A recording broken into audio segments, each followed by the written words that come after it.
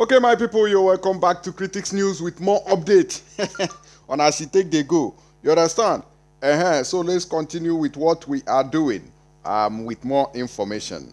Okay, so if you have not followed us on the social media handles, to on Instagram, Twitter, and on Facebook, and all the social media handles, we did there. You understand?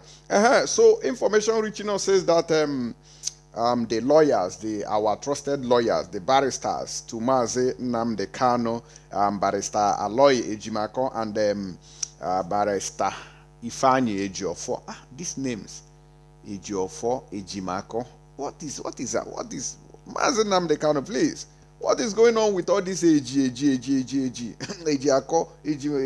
Ejiofor, Ejimobi, everything lawyer. There's one other man too. I don't know. I've forgotten his full name. AG something AG. What are you Ging with these people? All these AG people. Like say we have to find them and fish them out. It seems that these people are good people. People answering AG Mako, Aloy, AG Ofo. No, Aloy AG Mako. Ifeanyi AG Ofo. No, let's go. So he has visited the leader of the indigenous people of Biafra, Onyendumaze Nnamdi Kanu, Wokomarama, the Ohamadike Wun. He has visited him in the DSS detention in Abuja, and he came out with a good message. He's sending his goodwill message to all Biafrans. Okay, so that's what we are going to be looking at. Let's find out what he told him and how he's visualizing and sensing what is going on in the outside. Onyendumaze Nnamdi Kanu thanked millions of his supporters for their uncommon solidarity. Barrister Ejiofor discloses after routine visit at the DSS headquarters in Abuja. Update on our today's routine visit to our noble client Onyendumaze Nnamdi Kanu at the headquarters of the Department of State Security Services, DSS, Abuja. Our today's routine visit to our client Onyendumaze Nnamdi Kanu offered us a unique opportunity to review our approach and to build on the subsiding progress so far recorded. He is profoundly grateful for the uncommon solidarity so far demonstrated by Omu Chineke, and particularly impressed by your resilience.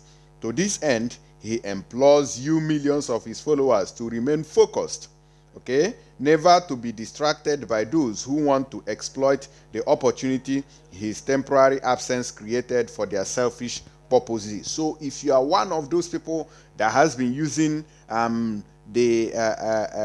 what will I call it? The sudden break of, let's call it a break, because Mazi Nnamdi Kanu took a break. The sudden break of Mazi Nnamdi Kanu to divert attention, to be creating chaos, to be, causing confusion in his family, then you have to desist from this night forthwith. Am I correct with that English? Nah, if I say you didn't go correct too. Okay, take it like that. From this night upwards, from this night, I'm going. Okay, so he is firm and stable, awaiting patiently for his appearance in court come 10th of November 2021. A number of compelling applications will be heard on the 10th day of November 2021. The full details will be made public on this particular date. Onyendumaze Nnamdi Kanu was properly briefed on the urgent demands of the United Nations Working Group and consequences of the failure of the states affected by this instruction to comply with their demand.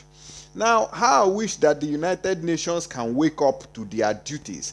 I don't know that woman, they say that she's working with UN there, that Fulani woman, that Amina. Because you people are the ones suppressing all our plight, all our letters that has been sent to the United Nations with the help of the Oponkonyano Grenada Soroko called Muhammadu Buhari. Heka rice. Won't you people stop this nonsense of gagging the media and also stopping the pursuant of Biafra? Let us have freedom. What rubbish is that?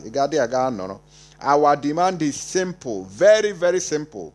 That is the unconditional release of our client Onyendumaze Nnamdi Kanu and nothing more. because he cannot be tried on speculations. Our client, Onyenduma Nnamdi Kanu, has not committed any offense known to law, and that is why we demand his unconditional release. Thank you for your peaceful conduct so far.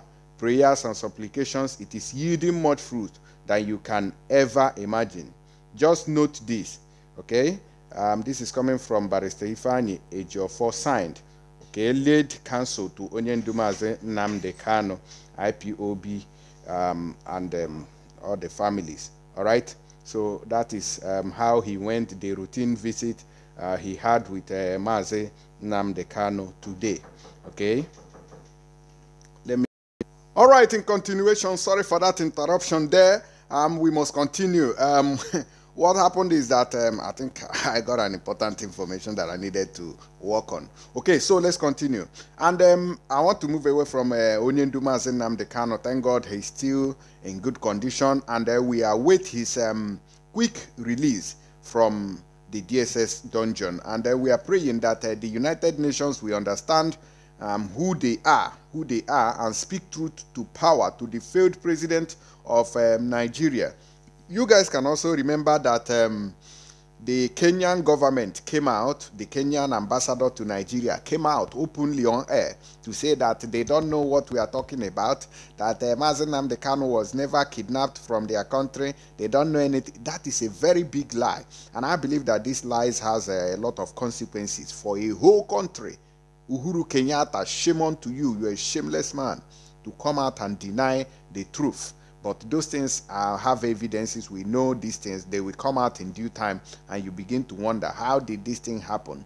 God will disgrace all the people who jointly worked in kidnapping Mazi Nnamdi Kanu. You get the point now? So you guys remember that I promised you that I was going to bring you this information concerning the IGP, who said that he's going to deploy another new, fresh 4,000 policemen to Biafra land, in especially Anambra State, to go and force people out. And I want to also remind you that they have plans to go and load people from the north down to the east, just like the kind of thing they did in what will I call it, in Imo State during the visit of that Onkonyarogoro in Asoro called Muhammadu Buhari, who visited Hope also Arwala during the other time, who commissioned Gota. So they say they have that same kind of plan to, you know, run it in Anambra State during the election. They want to go and bring people on the 5th of November to come and vote on the 6th of November. So if IPOB is saying sit at home and we sit, then there should be consequences for people who are going to come from the outside, because you cannot be sitting indoors while other people come from away to come and play rough play in your compound. It is not done. Then those people should borrow OCC wood on the road as they are coming. You are going into another territory. They should meet their Waterloo on that entry. That is how it's supposed to be, and that is how God said that these things are supposed to be. So I don't know how IPOB is going to react to this secret, to this tip that I'm giving them now. Mind you that they are going to bring people from other places to go and vote that place. Let me know what you think about that. And quickly, let me show you the kind of police that the IGP is trying to deploy to Biafra land. I know you haven't seen, some of you must have seen this. Oh yeah, watch it.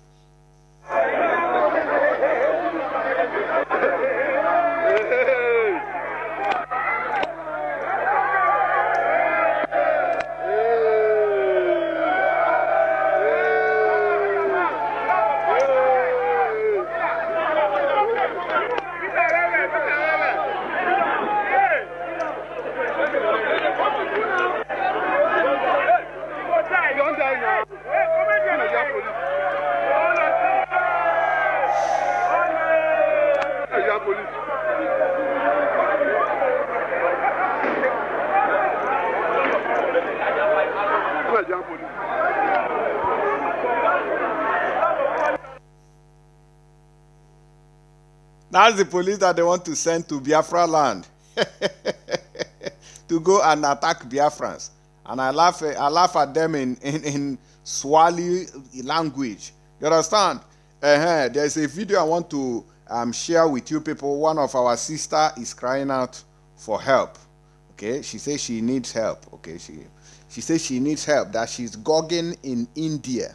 She's gogging in India, that they took her there and they want to use her for Bumliki business, and now her life is in serious danger. And this is the video she made. So I'm going to post this video ordinarily so people can also share it on our page and all that, even our Instagram. I'm going to make sure I post it so you guys will share it, and anybody who can help her. She says she wants to return back to Nigeria, that the conditions. So this is an advice for you guys to mind how you work, because we want to travel abroad. You want to travel abroad. They want to use her now so she can be open in that place. But she says her life is in danger now. Now she's hiding, up and down, hiding. I don't know how long she can hide, but she needs a ticket fee to go back to Nigeria. So, and the number is the one on the screen there with her. So if you can call this number, you can reach her. Okay, I beg. Now India she did. If you call this number, you'll be able to reach her. If you want to rescue her or you want to donate to her to return back to the country, or you can buy the ticket yourself, please do. Let's hear her out. Oh yeah. My brothers and sisters, God bless each and every one of you, please. My brothers and sisters, somebody brought me to India to come and told me that they have work in India. I came to India and do work. At the end of the line, he told me I should be doing street work. I told him I can't do street work. Please, my life is in danger. Right now, I'm at house. I can't come out. They are threatening me. Please, I want to go back to my country. I want to go back to my country. Please, what I need is a ticket money. And right now, they are telling me that I will pay my overstay money. And right now, the AK people are picking people to take them to a cyber. My brothers and sisters, please, I needed your help. Please, I'm not safe for where I am now. Please, my brothers and sisters, please, may God bless each one of every one of you. May God continue blessing you people. Please, I needed help. My life is in danger. I'm not safe for where I am now. I can't come out. Please, I needed help. I just need to get money and to pay my overstay money to go back. May God bless you all. All right, guys. So that is that. She's begging for help, and you can see the phone number on the screen. Okay. If you want to help, if you want to donate, no amount is too small. 20,000, 10,000, 5,000, 6,000, any amount you can help in donating for her to be able to be rescued from that dungeon where she is. If they tell you say easy, anywhere at all where you work, go, they tell you say easy. In there, then say na set up. You understand? Even though you know easy, nowhere is easy now. Okay, what? So let's move away from there. They say that a coup happened in Sudan, and their failed government was overthrown. Am I correct? Yes, exactly. They say the leader was ousted. Just like, how many countries have even done their own coup? How many? So all the African countries now wants to do coup. That is why the Obonko in Asorok, the cabal in Asorok quickly reshuffled their cabinet and removed every other reasonable human being and put people who prefer mat to mattress. You understand? So they say Sudanese soldiers seized power in overnight military coup. I say, wow, overnight military coup. Armed soldiers in Sudan launched an offensive against members of the country's caretaker government, raising fears of yet another military coup in a country long beset by political turmoil. Prime Minister Abdallah Hamdok was taken into custody by soldiers on Monday morning after an unknown team of soldiers stormed his residence, local reports said. Sudanese forces also held 5 ministers, including 4 military members and 1 civilian of the Transitional Sovereignty Council, Al-Hadat TV reported. A media aide to Mr. Handok was also reportedly arrested, Reuters said, in a plot that came barely a month after an attempted coup that the country sparked worldwide condemnation. So what I'm asking is, if most of these countries, if their governments are doing well, I don't think that coup will happen. It is only happening in Africa because of the greed of the government in power. They don't do things the normal, and people are complaining. That is why Nigeria, the government of Nigeria quickly put their ownership, remove every other person that can remove a bad government, and leave those who want bad government to remain in power. And that is why you find it difficult to say there is a coup in Nigeria now. That is why. Now, the latest move by the military to remove Mr. Hamdok was assumed power in 2019 from power has also generated an uproar on Monday morning. Sudanese Professionals Association said in a statement that citizens should take to the street to reject any military coup. Internet outages were also reported across the capital, Khartoum, on Monday, and confirmed by Web Infrastructure Monitor's net blocks. Internet disrupted in Sudan amid report of military coup and detention of Prime Minister. Real-time network data show national connectivity at 34% of ordinary levels. In the incident ongoing, the group said on its Twitter handle. Monday apparent takeover of power came a day after protesters loyal to the military blocked entrances leading to the capital on Sunday. Military and civilians have been sharing power since Omar al-Bashir was ousted in 2019. And last month's attempt coup was summarily blamed on soldiers loyal to Mr. Bashir, who has been charged with war crimes. So that Bashir in prison is still struggling to still take over the country so that they can bring him out. Now, if he come out, he will press people. He will now press people like pressing iron. On Saturday, Jeffrey Feltman, United States Special Envoy for the Horn of Africa, held talks with military and civilian leaders in Khartoum, urging them to strike a power-sharing deal.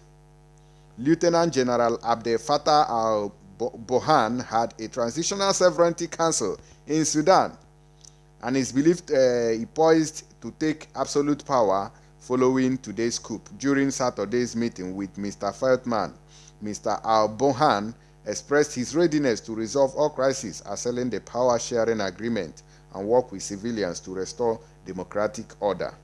Monday's development in Sudan came less than 2 months after soldiers led a successful takeover of power in Guinea on September 5th, ending President Alpha Conde's long grip on power.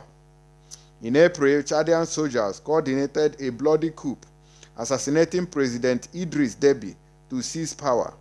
The African Union condemns the military coup as old-fashioned, undemocratic and dangerous, but the regional bloc has not been able to hold the coup plotters to account.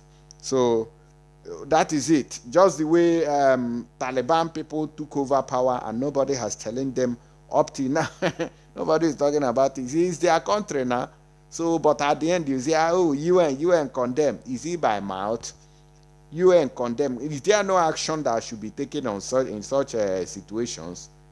Omar al-Bashir now wants to come back, and you people are sitting down there. America is just petting things, doing mumu until all the countries turn to Islamic and fire America. Then they will not have sense. People that wants to liberate themselves will not go support them. You want, because it's Africa, you want them to remain poor. You want them not to rise up. You want them to be subdued with terrorism. America, wake up from shame. Wake up from shame. You hear the smell. I'll see you on the next update. Thank you.